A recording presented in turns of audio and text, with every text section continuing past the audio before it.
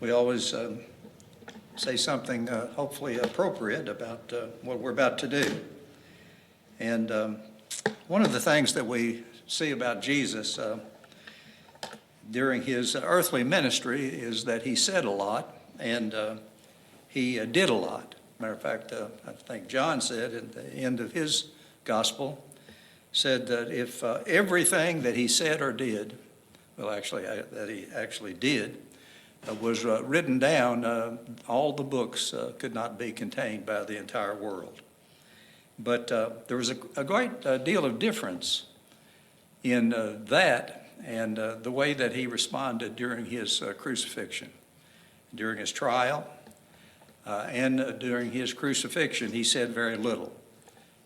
Matter of fact, whenever he was asked to respond about some things, he didn't do that.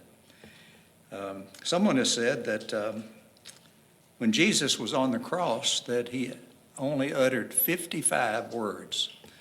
I've never counted them, but I did read that someone apparently did. During that 6-hour discourse or time that he was on the cross, only spoke about 55 words. And some of that probably was because of his condition. The way he was hanging on the cross, it would be difficult to talk. But the other things that I think are the things that he actually did think were the continuing to preach as he had even during his lifetime. For instance, one thing that he said he did was to preach forgiveness for those who were responsible for his death. He said, "Father, forgive me, for they do not know what they do." But he also preached hope to that penitent thief that we read about in our Bible class this morning. "Truly I say unto you, today you will be with me in paradise." So that was another one of those group of 55 words that he said. And he preached concerning his own suffering by appealing to the words of David, my God, why have you forsaken me?" And he preached also the fulfillment of prophecy when he said, "I am thirsty." That was a prophecy that had been made many, many years in the past. And then he also preached, the last words that he preached were involving the completion of his mission. "It is finished," he said.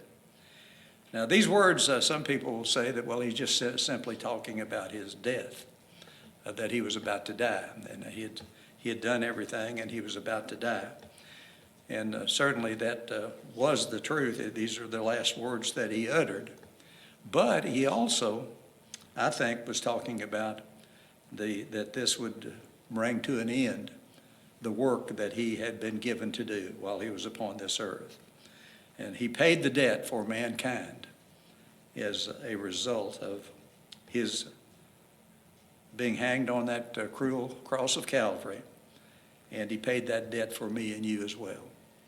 So whenever we think about these elements that we're about to partake, the bread, the fruit of the vine, bread representing his body, and the fruit of the vine representing his shed blood, we need to remember that sacrifice that was made on the cross was to pay our debt that could not be paid for you and me. So let's think about those things as we partake this morning.